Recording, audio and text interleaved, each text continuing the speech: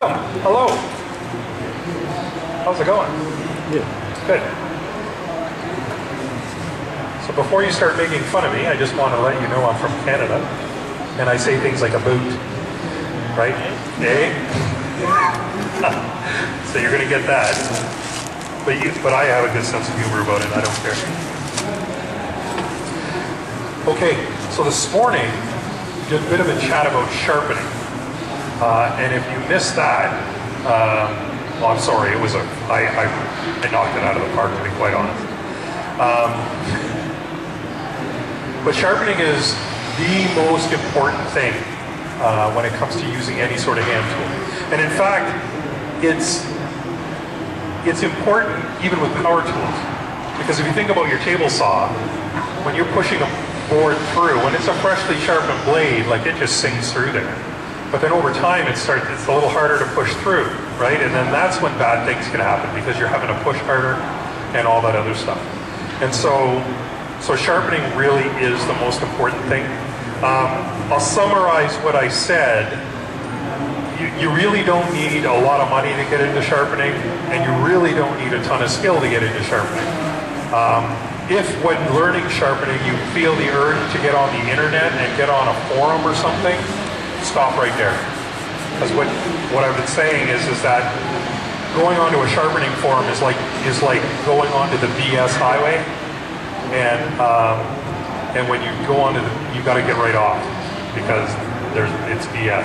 So don't get involved. But really, we were talking this morning about using 2 grits of sandpaper and a leather strop and a small inexpensive $12 jig just to make sure that you get the same angle every time. That's all you need, right? So this whole rig is about 20 bucks worth of stuff. Okay. If you have more disposable income for your woodworking, then yes, you can get more expensive systems and all that other stuff. I saw that the Tormek guy is here. That's what I use in my shop is a Tormek, but that's a $1,000 machine. And I make poor financial decisions. So, so you can do that, and if you can, that's awesome. But really, I mean, that's all you need in order to sharpen. Okay? So, the internet makes everything more difficult, and so, like, you don't need all of that, all that stuff. And it doesn't matter if you use water stones or oil stones or diamonds or sandpaper or whatever. Like, I've used all those systems and they all work, so you don't have to worry about it. So let's talk about bench planes. So a bench plane is essentially when a craftsman would come into the shop, would unlock his tool chest, and the first thing he would do is pull out his bench planes. And so the bench planes consisted of a smoother, a jack plane, and a jointer. Okay? Now, in some cases, I would consider a block plane a bench plane because this thing is always on my bench. And really, that's why they called them bench planes, because they were the first tools out in the morning, either on or under the bench, and they would get used all through the day, right? Some of the more specific things like router planes and plow planes and rabbet planes, like those only got used when you were creating joinery, right? But the other stuff, all the time.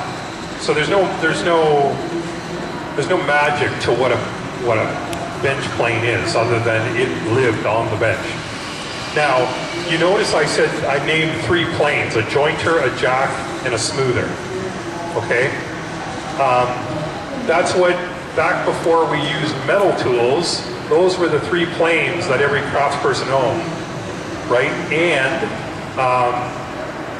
when Stanley took over, they made a number 1, 2, 3, 4, 4.5, which were all smoothers, and then a 5, 5.25, 5.5, which were jacks.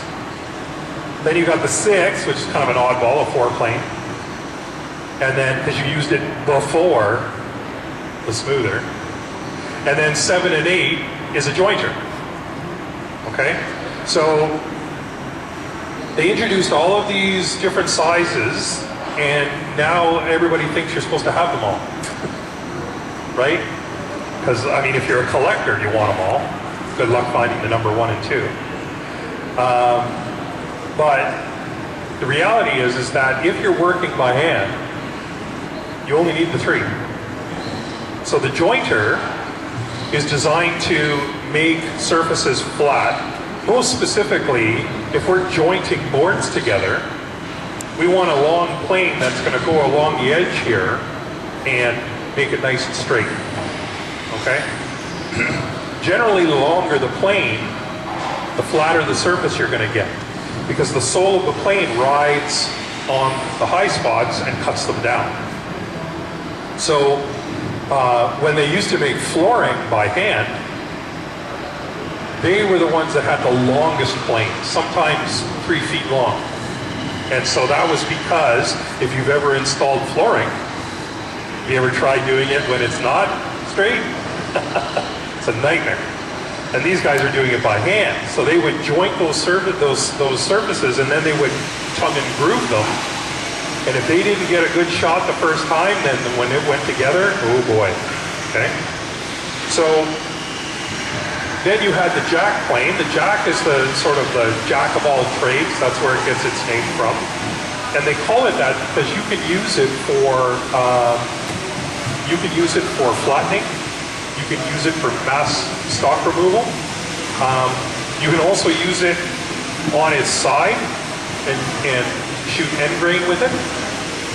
And in a lot of cases, I end up using this as a smoother because I'm too lazy to walk the 4 steps to where I keep my smoother to use it. And so why do we use a smoother? Well, a smoother is just a 150-year-old random orbital sander.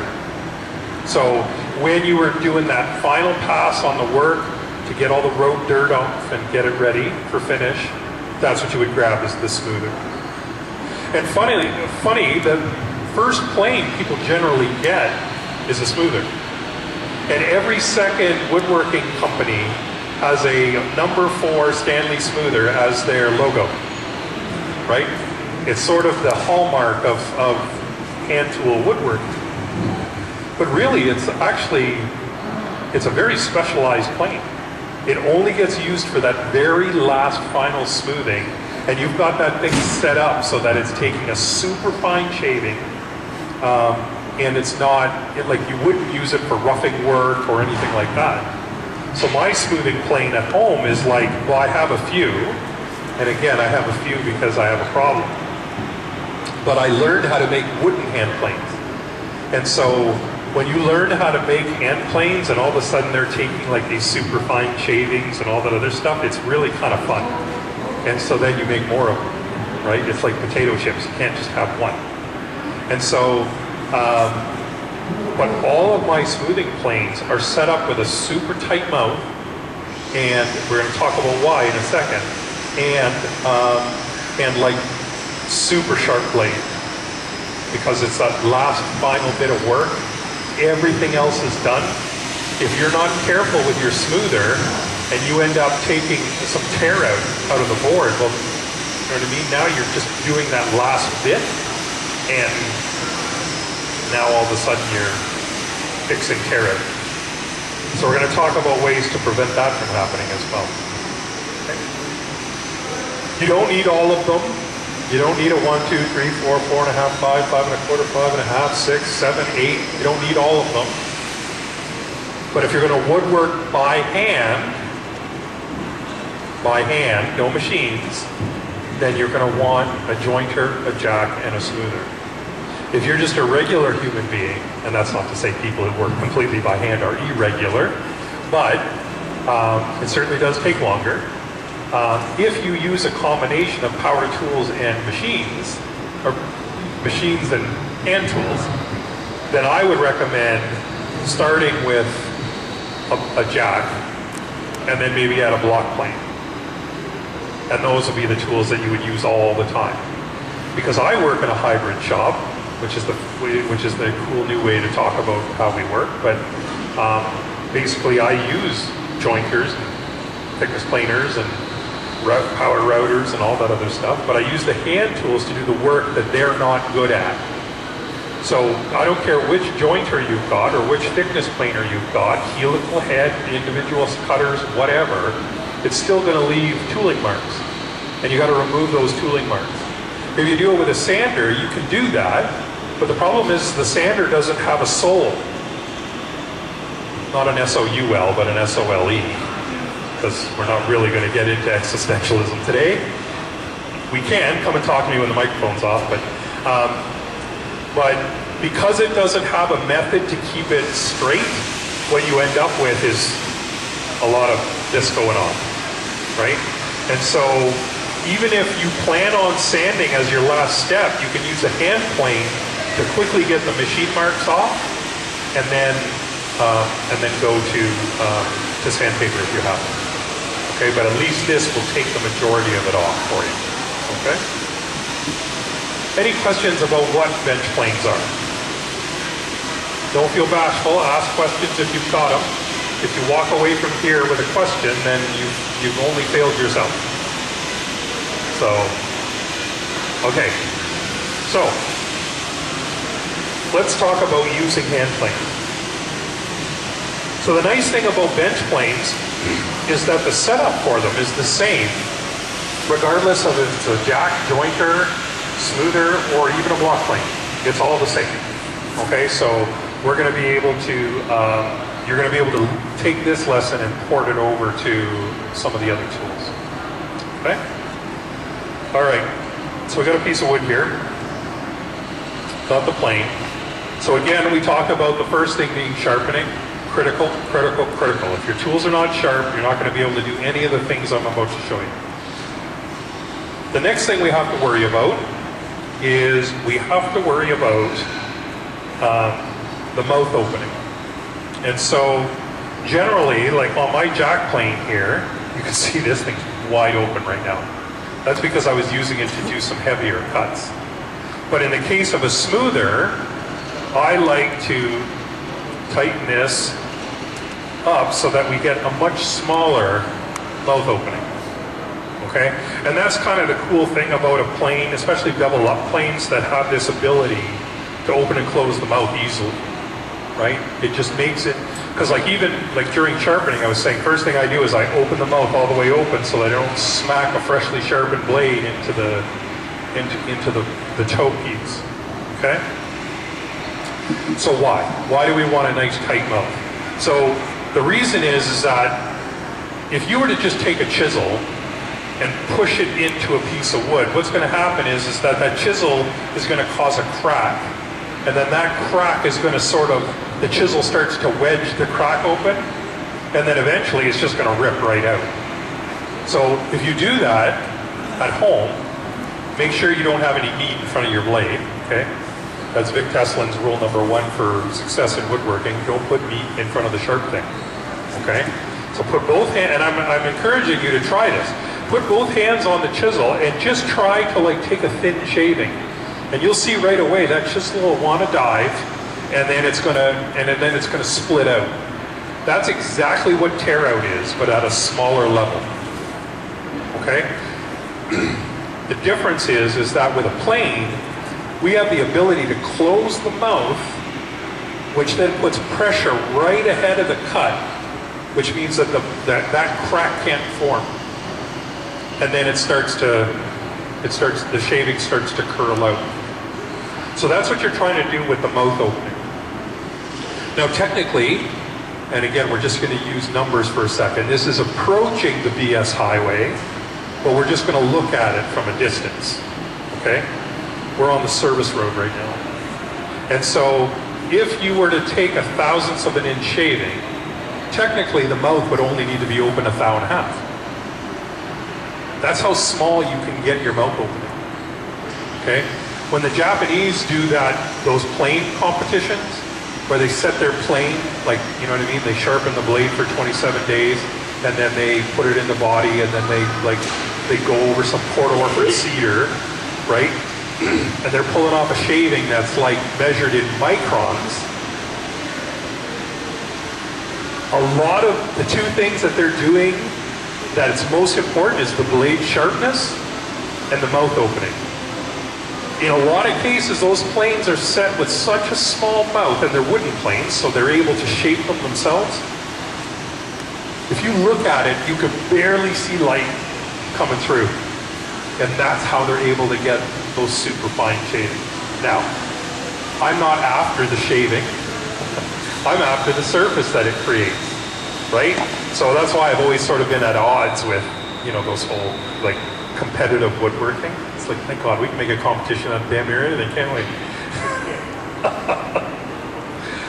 So, I mean, look, hot dog eating contests. That's a thing. Who thought it was a good idea to see how many hot dogs you could pound into yourself?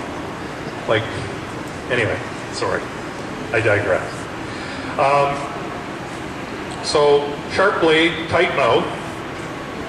Then we also have to make sure that the grain is running in the right direction on the board. Because if you're planing against the grain, in some cases you get away with it. The Japanese really don't even worry about grain direction because their blades are super sharp and the mouth is super tight. So they don't worry about it as much, but they still take a look at the board to see which way the grain is going. Okay? And so sometimes it can be difficult to learn about how to read the grain. But we're going to take a look at it right now.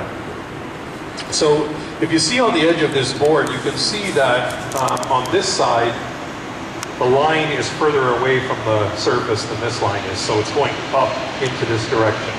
It's very subtle on this particular board. Sometimes it's like really obvious. Excuse me. Andrea, can you grab me some water, please? And so imagine that's like the hair of a cat. Okay, so if the head of the cat is here and the tail of the cat is here, this is the way the fur is growing, right? And if you pet the cat from that way to that way, you're going to have a happy cat. But if you pet it the other way, thank you. No. I'll give you your bottle back when I'm done.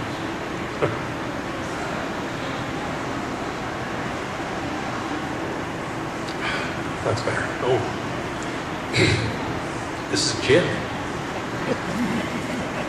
Pass that around. Pass that around, yeah. You even got some mix on you there, you're good.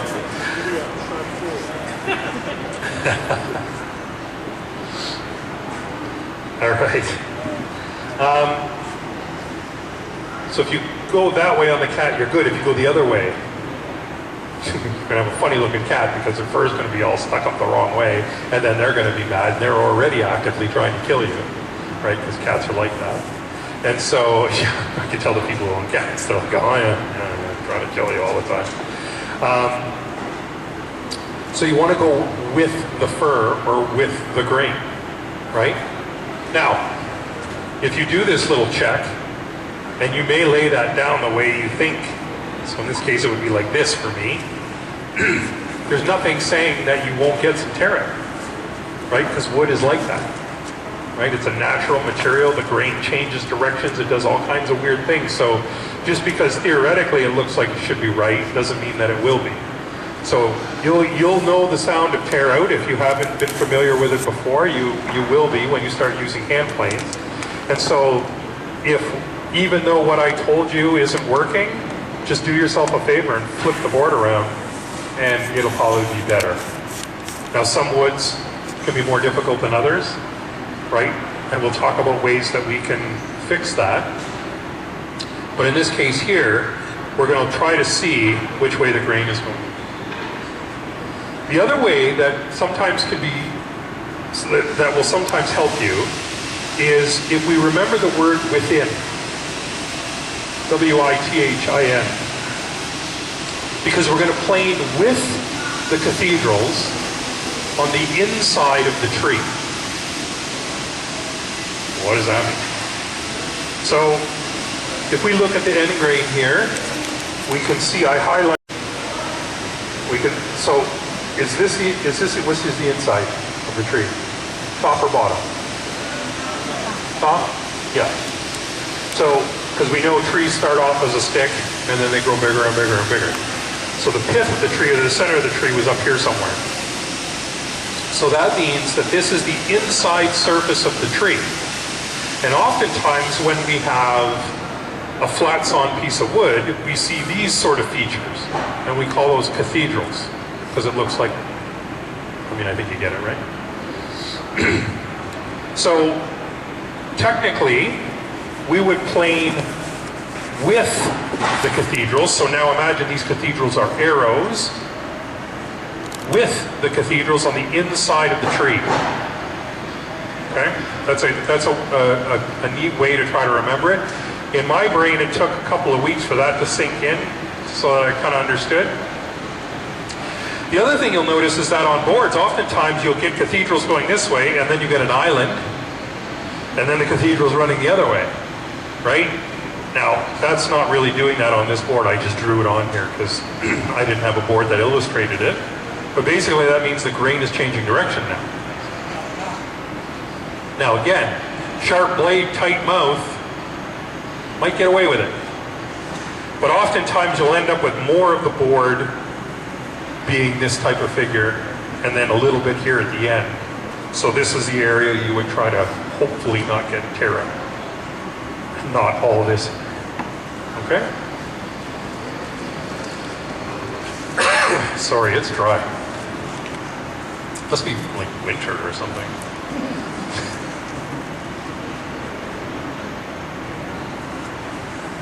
Okay. Gin is dry? Sorry? Your gin is dry? The gin is dry, yeah. That's good. I like a dry gin. Okay. So, we have sharp blade, tight mouth, grain direction. Okay? The next thing we're going to look at is blade angle. Now this really only applies to blades that are facing upwards in the plane. So a low angle blade, a low angle plane like this one, the bevel is actually facing upwards. Okay? Whereas in an old Stanley, it's flipped the other way so that the bevel is down. Now the difference is that on this plane, if I change the angle I sharpen the blade at, I'm going to get a completely different cutting characteristic than I would with the Stanley one. So for example, these planes get sold with a 25-degree blade. The bed is 12 degrees. So we do some simple math. 25 plus 12 is 37. Okay? So that's a really low angle. That's great for doing end grain work or for doing work on woods that are very calm or soft. So pine loves a nice low angle, and you can get like a glossy finish on pine when you use the low angle. Then you can pick a 38-degree blade, and the nice thing about these types of planes is they come with the ability to get different planes or different irons, so that you can then change the cutting characteristic. A 38 plus 12 is 50 degrees, which is pretty close to what Stanley called standard. Okay? Standard was basically Stanley saying, the Japanese use 37, the Brits use 50, let's go right down the center. Okay? That's how 45 became our standard. Or at least that's my theory. Excuse me. So, that's more of a everyday plane. That's what I use as a matter of course in my smoothers, because that's probably the one that's going to do the job for the work that I'm doing. But what if I'm working like curly maple or bird's eye maple? Bird's eye maple's brutal because those little eyes, they just love to flick out. And then you end up with a little divot, and then you say bad words. Okay? I won't go into which ones, but I think you know what I'm talking about. And so, those bird's eyes, what they require is a higher angle again, so that it's almost like a scraper cut. And so if you use a 50-degree blade, plus the 12, now you have 62. And when I go down and I teach in Australia, we don't even talk about the 38. Because Australian woods are basically rocks that grow out of the ground. Okay? It's brutal. I don't know how they build with that stuff, but they do it. And the level of furniture making down in Australia is insane. Really good makers down there. And I think it's because they have patience. Because the wood that they're working with is, like I said, brutal. So we have sharp blade, tight mouth, proper grain direction, proper angle. Okay? The last thing is sensible bites. If I'm doing heavy stock removal, and again, this is if you're working by hand, right? If I'm doing heavy stock removal, I'm firing up my thickness plane. Right? But if you're not doing that, you need to have a plane that is designed where you have to have like a way to remove lots of material quickly. And so you can do that easily with the jack plane. You just dial up the, you know what I mean, just turn the volume up and it will take a heavier cut, but the surface will suffer because you're taking such a big bite. So if you want to reduce tear out, you take a smaller bite, thinner, right? And so typically, and you're going to see here when I'm working, I'm going to start with a heavier cut, but then I'm going to dial it back and go for a finer cut. And by doing that, I'm able to do like mass stock removal. I might get a little bit of tear out here and there, but I'm going to dial it back, and then I'm going to be able to do a nice fine shaving and do a nice fine surface. Okay? So are there any questions on that? Sharpening, I can't even remember them anymore. The 5s. Any questions about those? Yep. On your mouth, you always put your blade set.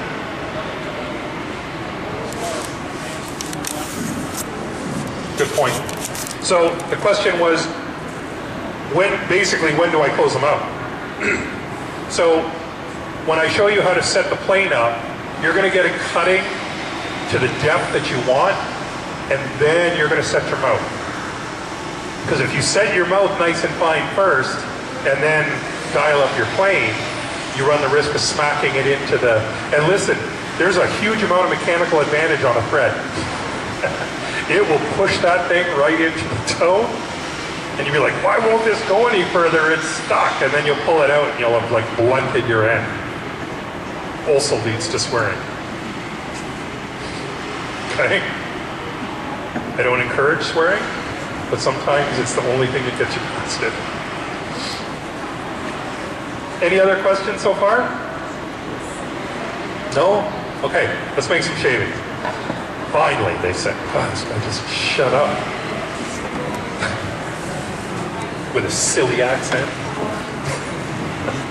All right, so I know that I want to go in this direction. I got my plane, I'm going to open up the mouth, and then what I'm going to do is I'm actually going to stick the blade way out, and it's hard to get this on camera.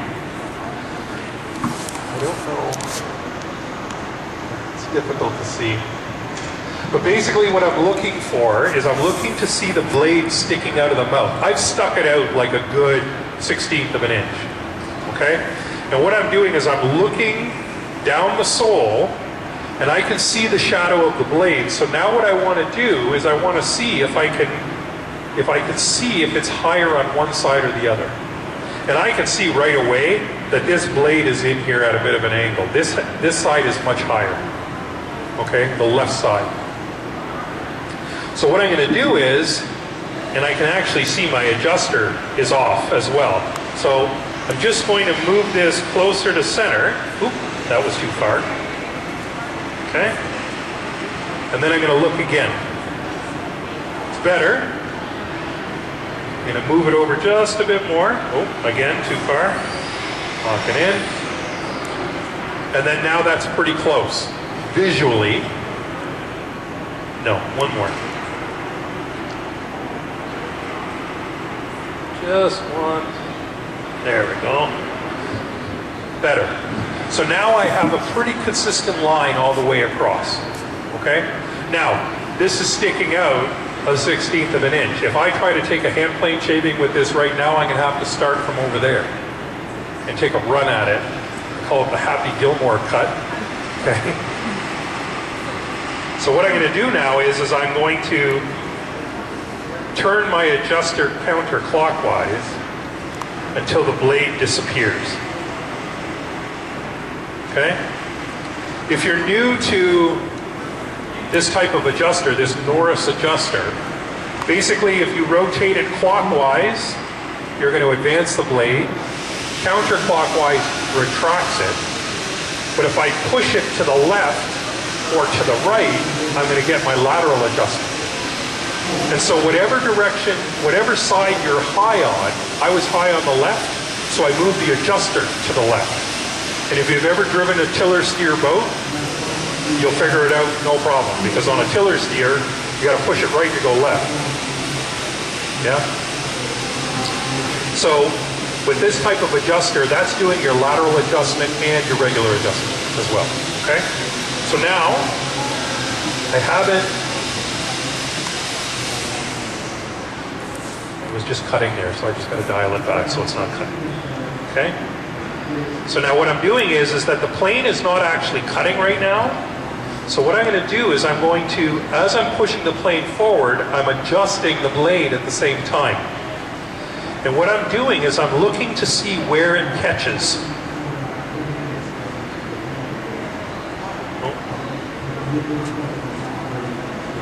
So there's the shaving.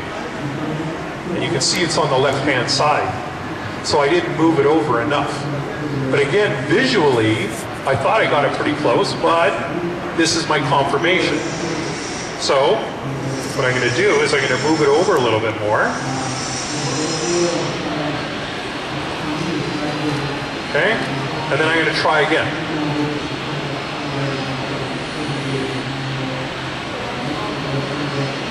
A little bit more of a shaving now. Still a little bit off to the left. Fine. I can do this all day. You guys are hoping that's not the case, I know. Okay.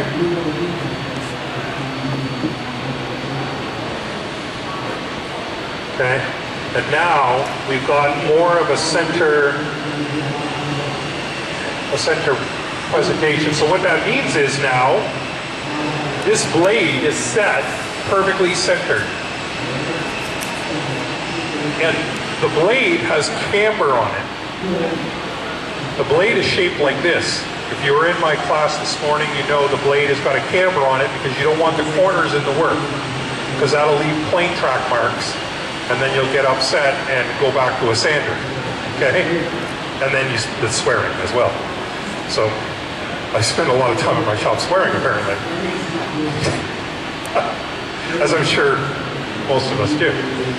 Okay, so now that I've got it centered, as I move the blade laterally, I am going to be playing with this sort of depth adjustment, and that's not, I want to go back again. So now I've got it now, okay, here we go. So, this is the perfect shaving. It's fat in the center, and it peters out to nothing on either side. And that's what you get when you have a cambered blade. So now, excuse me, now I know that this plane is set to take the finest shaving it can, okay? And it's in the center of the body. Now I can work with it. Okay? So now when I use a hand plane, so in this case to sort of clean this up, oh, what did I forget? Yell it out. Close the mouth. Close the mouth. Close the mouth. Close the mouth. Now's the time. We got it set, close the mouth, okay? Now, what I'm going to do is I'm going to take a series of overlapping passes with the plane until I'm getting shavings all the way across the board. Okay, so here we get these nice fluffy shavings. This is the ones that people throw and they fall to the ground and it looks great on Instagram, right? Who cares? Not me. Okay, so I can see I'm getting a little bit of tear out here, and that's because it's changing direction in that area. So I'm just going to back this off a little bit. I'm going to take a little bit less of a cut.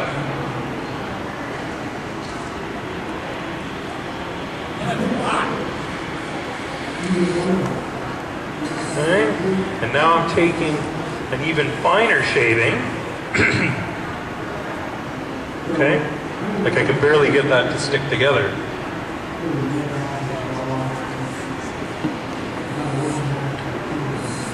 And so by dialing that back a little bit, I should be able to get rid of the tear. Okay?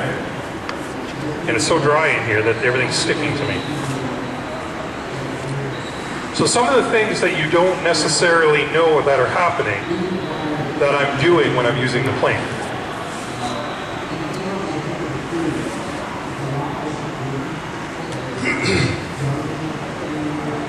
Okay. So, on top of all of this, there's a certain amount of English that's happening here. When I start the cut, I put all of my pressure down on the toe. Because if I didn't, that would happen. And now on the other end, I make sure that all my pressure is on the heel. Or else that would happen. And if you allow that to happen, you're going to create a barrel stave, which is awesome for making barrels, but it sucks for making furniture. Okay? So, when you're trying to make a good surface, all your pressure down on the toe, and then as soon as my backhand is over the board, I can actually take this hand off. I don't need this hand down there anymore because now this is going to do what I need it to do. Okay? Same thing here. Like if I put all my pressure here, I'm not going to put any pressure. I'm just going to push it forward. It actually works, right? And then when I get back here, it continues to take the shaving because I'm putting pressure back here. Okay? That is extremely important when you're shaping the wood. But when you start working on edges, to joint edges, to put them together, if you don't follow that rule, you're going to end up with a high area in the center and low areas on this side, and almost impossible to put it together. And you'd be like, what is going on? Okay? So same thing if we're doing edge work. This is just a rough edge here, so I'm going to have to dial this up a little bit. I'm holding the plane differently, right? Now I've got my thumb here on the front and I've got my index finger running along here to act as a fence sort of thing. I want to keep the plane centered because we've got a camber, right? So I want to keep the plane centered, and that's what will allow me to do that. Okay? And then all my pressure down on the toe, this hand is just driving forward and then off. Okay, now of course it's cutting and not cutting because it's a rough surface. Forward, and then lean on the back. I have a low spot right here, right? But it would be really easy for me to accidentally put pressure on the toe at this front end and then end up with a problem, okay? In this case here, this one's already been cleaned up, so, and there we go. And we end up with a perfect curl of wood. I took my Sharpie mark off. Okay? The other thing you'll see here is that the shaving is straight. If the shaving like curled up one way or the other, that would mean that there's more wood on one half of the shaving than the other. If you see that, that means your blade is not centered. So you want it nice and straight, like if you like reef on it, but if you just hold it lightly, it shouldn't curl up or down in a smile. It should be nice and straight. Okay? And that thickness of shaving, which is a little bit more than those fuzzy, fluffy ones we were doing, this is all you need to do once you put a board over a power joiner. The power joiner sets the angle for you, because that's what it's really good at, right? It's got a nice straight fence, it's got nice straight beds, you get a nice straight shot. But the surface is no good, because it's got chatter marks in it, because it's a cylindrical cutter. If all you do with your jack plane in your shop is just do what I just did here, you're going to take all those marks off, and when you glue your boards together, because you're only going to do one pass, you're not going to take it out of square. If you keep doing multiple passes, you'll screw it up, right? Especially if you're new at it. But if you take one pass off, follow what the power jointer did for you, but then clean this up with this, and you put your boards together, you'll have to look at your end grain to see where the boards join. That's how nice and clean it'll be. You won't see the joint line. And I'll be honest, when I went to school to study furniture making, I had already been woodworking for a while, which was a big mistake. Because I walked in there thinking I had it figured out.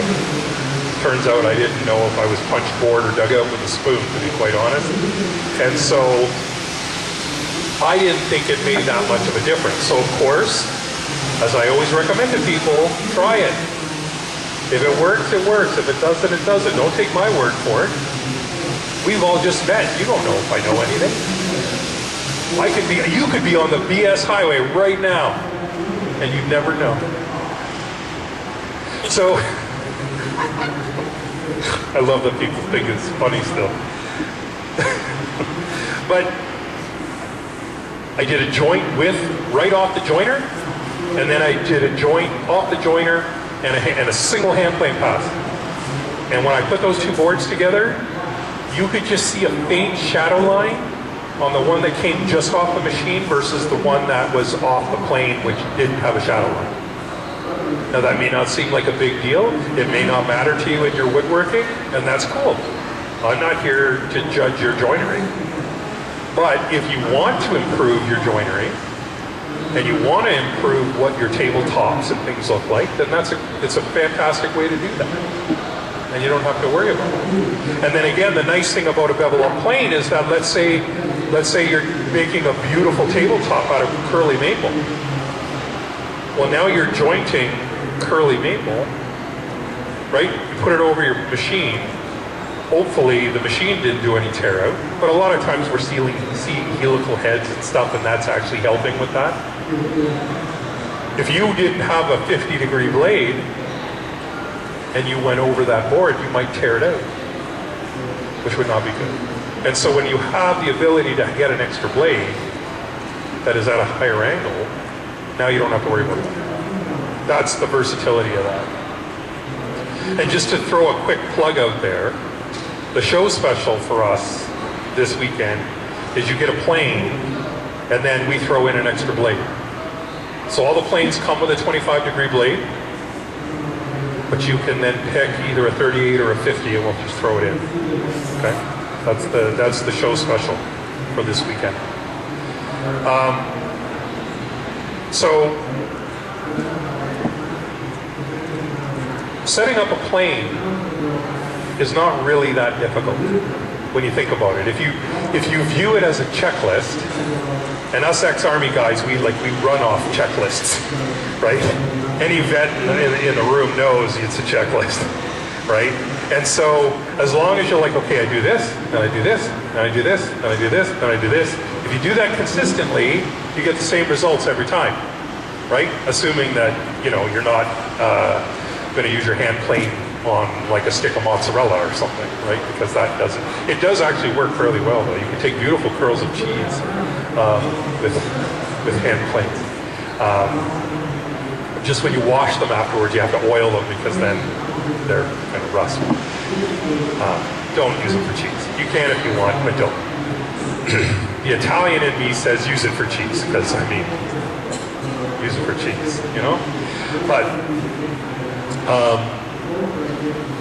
If you can set up a table saw, if you can put a dado stack on a table saw and do a test cut and do all that other stuff, you can do this. This is just one blade, not like a whole stack of them, right?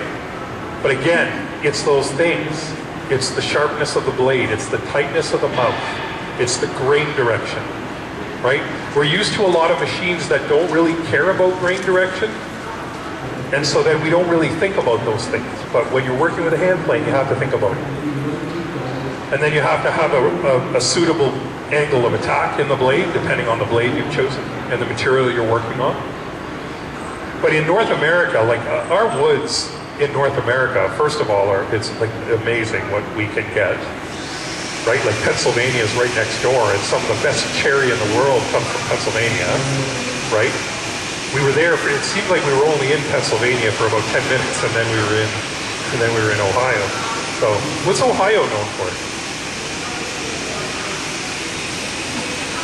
Anything? Everything? Everything. Oh, okay, got it. What's that? Oh, okay. Yeah. That's cool. Yeah, there's a lot. It's a lot. There's a lot going on here. But yeah, so I mean, North American woods, we really don't have to worry about so much. Even the hard ones, like the white oak and the maples. Sometimes the maples can be really hard to work with or whatever. And then if you're using weird things like mesquite in your woodworking, which that's hard as nails, but you can handle it with a higher angle blade. Like you can get card scrapers, but like card scrapers to me, like I only ever use card scrapers on more exotic timber, things that come from like Australia or Africa or South America. Like those woods require a higher angle again, which is what the scraper is. The scraper is kind of like the last ditch effort before you grab the sander and a dust mask, right?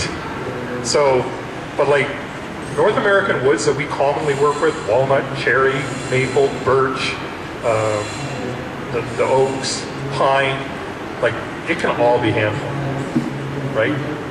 And I mean, as evidenced 150 years ago, because they made beautiful furniture out of woods that don't even exist anymore, chestnut, right?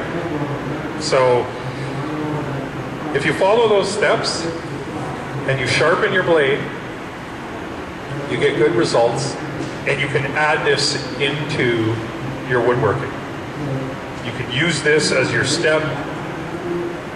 What if you have like a 6-inch joiner but a 10-inch board? How do you joint that? Right? Some people say take the guard off. Please don't take the guard off your joiner. Okay? Joiners cut your fingers in a way that makes them irreparable. You cannot fix it because what comes out the end is the hamburger. Okay? I'm not trying to be dramatic here, but it's true. You can't sew it back on, right? And they haven't made a saw stop yet for jointers and thickness planers. But just don't take the thing off. Garrett Hack, who's one of the most famous American furniture makers of our time right now, he's from Vermont. When he was younger, he accidentally fed the joiner didn't have a guard, and he lost up to the first knuckle of his middle finger.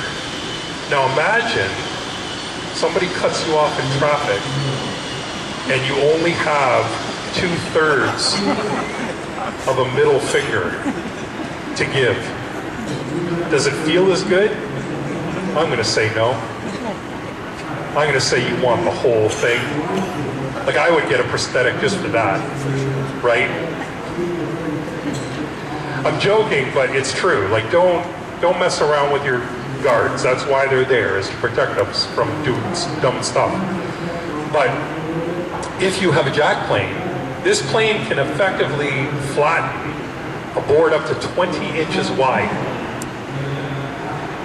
Because you think about like this is probably close to 20 inches, right? Plane's 15.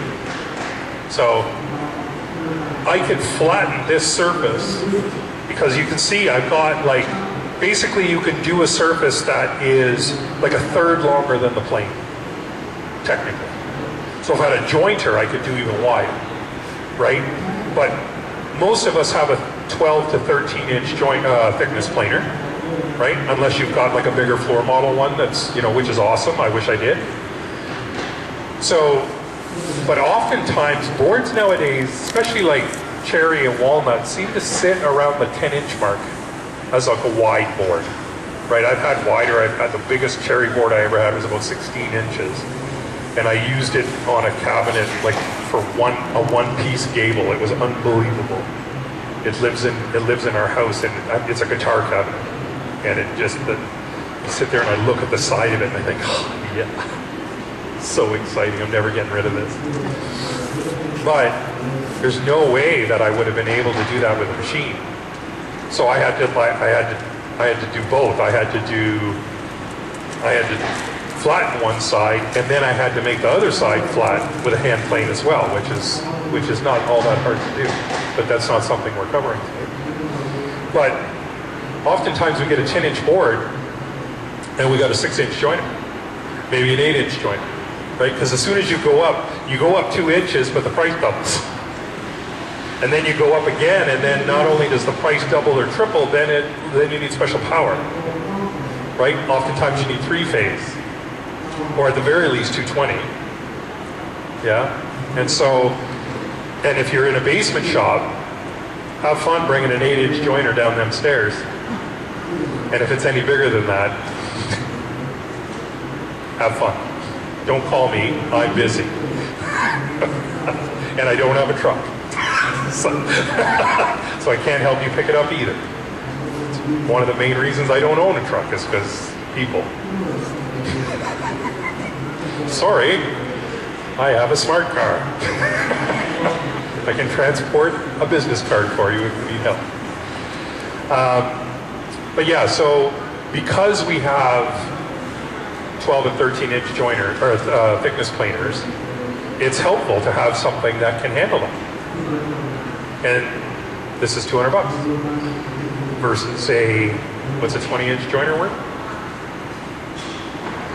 A little bit more. All right. Any questions on bench planes? How to use them, how to set them up?